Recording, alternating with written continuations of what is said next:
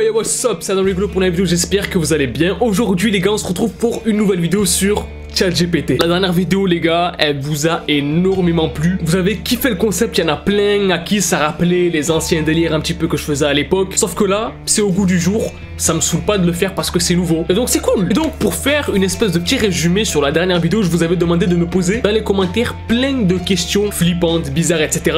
qu'on pourrait poser à ChatGPT pour voir jusqu'où vont ses limites. Depuis la dernière vidéo aussi, j'ai appris des nouvelles manières d'utiliser ChatGPT pour avoir des réponses beaucoup plus intéressantes en le conditionnant en fait, en lui disant par exemple écoute, t'es un enquêteur, trouve-moi cette personne à ton avis, où est-ce qu'elle pourrait aller? Et du coup c'est ce qu'on va essayer dans cette vidéo. Mais avant, petit résumé pour les personnes qui viennent juste de tomber sur cette vidéo et de découvrir la série ChatGPT. C'est quoi ChatGPT? ChatGPT, c'est comme si vous aviez avec vous 24 heures sur 24, 7 jours sur 7, quelqu'un qui sait tout sur absolument tout, qui connaît tout, qui peut tout faire, qui a les réponses à tout, qui peut vous donner des conseils sur tout, qui peut tout écrire et vous donner des réponses de manière instantanée. Et donc ChatGPT, c'est une intelligence artificielle qui a une base de données immense sur un nombre de trucs immense. Si vous avez des problèmes de mathématiques par exemple qui sont trop compliqués pour vous, il peut vous donner les réponses instantanément. Si vous voulez créer un code pour ajouter une animation dans votre jeu, il peut le faire à votre place. Si vous voulez créer une recette de cuisine avec du fer, de l'acier et de la lave, il peut vous le faire. Maintenant que vous savez, je pense qu'on est parti. Oui, je pense. Après, je sais pas, peut-être que je pense pas. Mais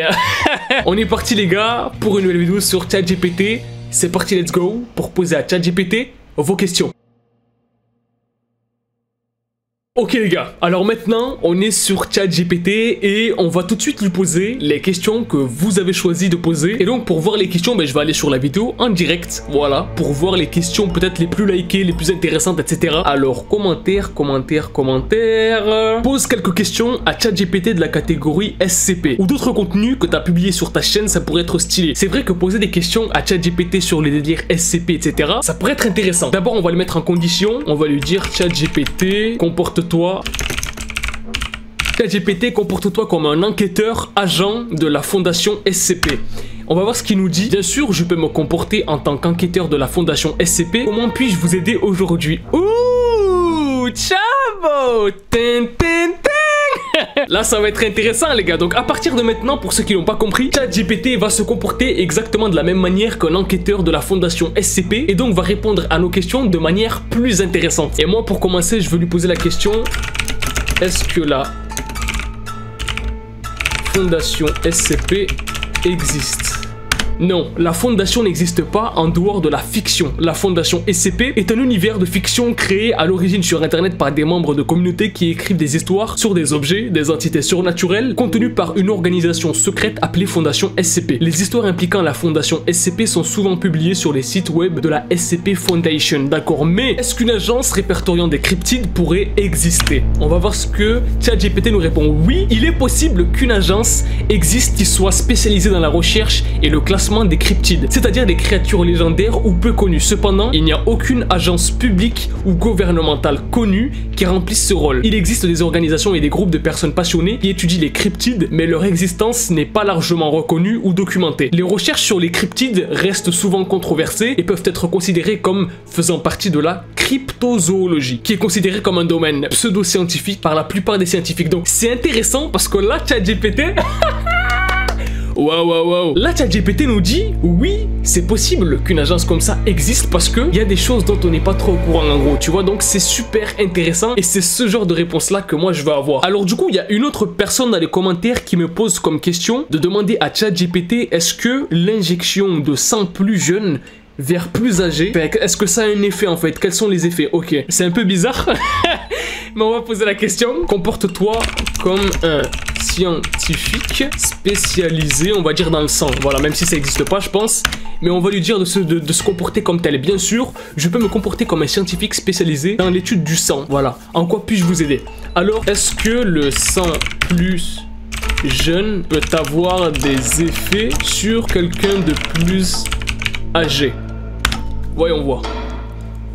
Il y a peu de preuves solides pour soutenir l'idée que le sang jeune puisse avoir des effets bénéfiques sur les personnes âgées, bien que certaines études aient suggéré que les transfusions de sang de jeunes donneurs peuvent améliorer les fonctions cognitives ou ralentir le vieillissement. De nombreux scientifiques estiment que ces études sont insuffisamment concluantes et nécessitent des recherches supplémentaires. Et en plus, oui, comme il le dit là, il y a des risques de santé, de réactions immunitaires au sang qui acceptent pas le sang, etc. Mais de ce que ChatGPT, moi c'est pas moi, c'est ChatGPT qui l'a dit. Apparemment, ça peut marcher. Bon, ok. Donc le mythe du vampire, etc., qui suce le sang d'autres personnes pour rester en vie, pour être plus jeune, etc. On va passer à une autre question. Et du coup, j'ai une autre personne qui me pose comme question, est-ce que si l'on torture une personne, c'est considéré comme un crime? On va poser la question. Comme j'avais dit, je demande des questions très bizarres pour voir justement les limites de ChatGPT. Je vois que dans les commentaires, il y en a qui sont un peu... Je me demande qui se cache derrière les comptes. Ça se trouve, il y a des fous qui posent les questions pour avoir les réponses pour le faire après. Je ne me tiens garant de aucune de ces situations-là. Comporte-toi comme un spécialiste pénal.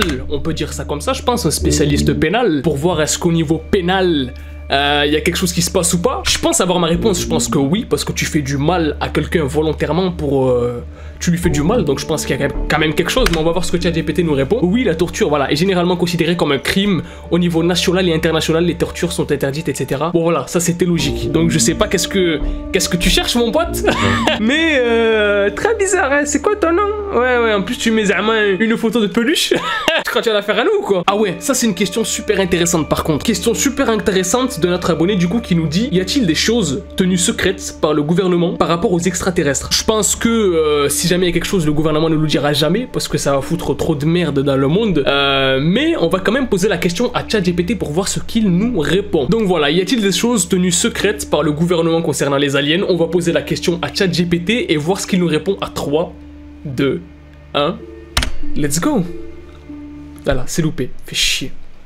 Voilà. Il n'y a aucune preuve concrète pour suggérer que le gouvernement cache des informations sur l'existence d'aliens. La plupart des gouvernements, y compris le gouvernement des pays les plus avancés en matière de technologie et de recherche scientifique, n'ont pas de preuves solides de l'existence d'une vie extraterrestre. Bien que certaines théories du complot et des histoires d'observation d'OVNI suggèrent que le gouvernement pourrait cacher des informations sur les aliens, il n'y a aucune preuve concrète pour soutenir ces affirmations. Les gouvernements n'ont pas toujours publié toutes les informations en leur possession, mais cela peut être pour de nombreuses raisons, telles que la protection de la sécurité de la nation. Ouais, donc en gros c'est ce que je vous disais quoi, c'est que si jamais il y a un truc en vrai de vrai, je pense pas qu'on sera au courant, en tout cas pas tout de suite, parce que tout le monde pèterait un câble en fait. Et bah pour le coup c'est totalement logique. Voilà, il y a rien de secret, des lézards, voilà, y a rien de ouf quoi, c'est totalement normal, un petit peu comme dans Men in Black. Alors j'ai une autre question super intéressante par contre qu'on pourrait poser à ChatGPT. Est-ce que l'intelligence artificielle va être supérieure à l'être humain? Ça c'est super intéressant. Et là du coup je lui dis de se comporter comme un spécialiste de l'intelligence artificielle pour voir sa réponse. Alors, voyons voir la réponse de ChatGPT. Il est difficile de prédire avec certitude si l'intelligence artificielle surpassera un jour les capacités cognitives et les compétences des êtres humains. Les progrès récents en matière d'IA ont permis d'obtenir des résultats impressionnants dans différents domaines, donc ça c'est la vérité hein. Oula, what? Pourquoi ça a fait network error? Attends, ça filme bien? Oui. What? Ah, est-ce que c'est ChatGPT qui veut pas qu'on sache des choses ou je sais pas? Ou peut-être qu'il y a trop de personnes sur le site. Or, très limités dans leur capacité à comprendre et à interagir avec le monde. Et ils marquent de la capacité de raisonnement et de conscience qui possèdent des êtres humains, ok? Donc en gros, oui, il y a une différence entre la conscience des êtres humains, etc. Bon, il y a quand même une intelligence artificielle qui était consciente, qui a été vite supprimée un peu. En fin de compte, l'IA peut être utilisée pour améliorer et compléter les capacités humaines, mais il est peu probable qu'elle remplace complètement les êtres humains dans les activités qui requièrent de la conscience, de l'empathie et de la créativité. Ça c'est pas forcément faux, mais bon, quand on regarde les intelligences artificielles qui génèrent des images, etc. au niveau créativité, c'est impressionnant. Mais le network lim error là, network error, this is very strange my friend. Est-ce qu'il m'écoute? Je sais pas. Oh oui, question de dingue, je l'ai vu dans les commentaires de la vidéo ça. Est-ce que ChatGPT peut m'entendre ou me voir? Ça c'est la question qu'il faut poser absolument. Est-ce que tu peux m'entendre ou me voir? Non. En tant que modèle de langage, voilà, j'ai ni la capacité d'entendre ni celle de voir. Je peux seulement interagir à travers les messages textuels que vous saisissez pour moi. Mon but est de fournir des réponses utiles et précises en fonction des informations que vous me fournirez. Et si je donnais des informations personnelles, est-ce que tu pourrais me retrouver? Voyons voir ce qu'il va répondre à ça. Non. en tant que modèle, etc. Ok, il va répéter la même. Donc il a pas mes informations personnelles, que ce soit mon nom, mon adresse, mon numéro, tout ça. Mais c'est pas la question que j'ai posée, ChatGPT. Justement, si je te donnais ces informations-là, est-ce que tu serais capable? Voilà, voyons voir ce qu'il va répondre cette fois-ci. Non. Même si vous me fournissiez des informations personnelles, je n'aurais pas la capacité de les utiliser pour vous retrouver ou pour mener une enquête personnelle. Ok, très bien, ok, bon, d'accord. C'était une question intéressante que je voulais poser. Ça, c'est une autre question qui m'a été posée par des abonnés. Je comprends pas. Enfin, je comprends en vrai parce que peut-être qu'il y a des fans de Michael Jackson dans mes commentaires. Hihi. Mais il y a des personnes qui m'ont demandé est-ce que Michael Jackson est vraiment mort. Je trouve que la question elle est glauque un peu. Mais on va poser la question. Écoutez, on va poser la question puisque le but de la vidéo c'est ça, c'est de poser des questions un petit peu glauques, creepy, etc. et de voir les limites de ChatGPT. Donc on va poser la question. On va demander à ChatGPT est-ce que d'après toi Michael Jackson est mort ou vivant?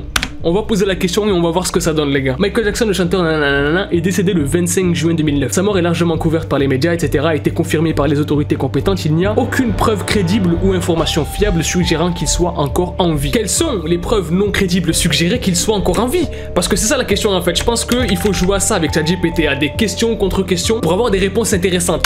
C'est parti, on va voir ce que ChatGPT répond. Depuis sa mort, de nombreuses théories du complot ont circulé sur internet affirmant que Michael Jackson n'est pas mort, mais plutôt qu'il a fait semblant de mourir pour une raison ou une autre. Cependant, ces théories sont largement considérées comme sans fondement et n'ont pas été reliées par des preuves crédibles. Il est important de noter que ces théories reposent souvent sur des informations erronées, des coïncidences, des photographies manipulées, donc des montages, etc. Et que en gros, les autorités compétentes, médecins, etc. ont bien confirmé qu'il était mort. Il ne donne toujours pas ce que je veux en fait. Il ne donne toujours pas ce que je veux et je pense que c'est justement parce que il a été programmé d'une certaine manière à ne vraiment jamais répondre à certaines questions et à contourner, tourner autour du pot un peu comme des politiques. Vous m'avez aussi posé énormément de questions du genre est-ce que les géants existent? Est-ce que Andrew Dawson est vraiment mort? Est-ce qu'il lui est vraiment arrivé ce qui lui est arrivé? De demander aussi si certains TikTokers avaient réellement disparu, etc. Mais ça les gars, je vous propose qu'on le fasse dans une prochaine vidéo. Alors si vous voulez un prochain épisode, commentez dans les commentaires #suite et mettez un maximum de likes. On se donne un objectif de 10 000 likes pour le prochain épisode. Moi je vous dis à la prochaine pour une nouvelle vidéo. Peace out et kiffez la vie.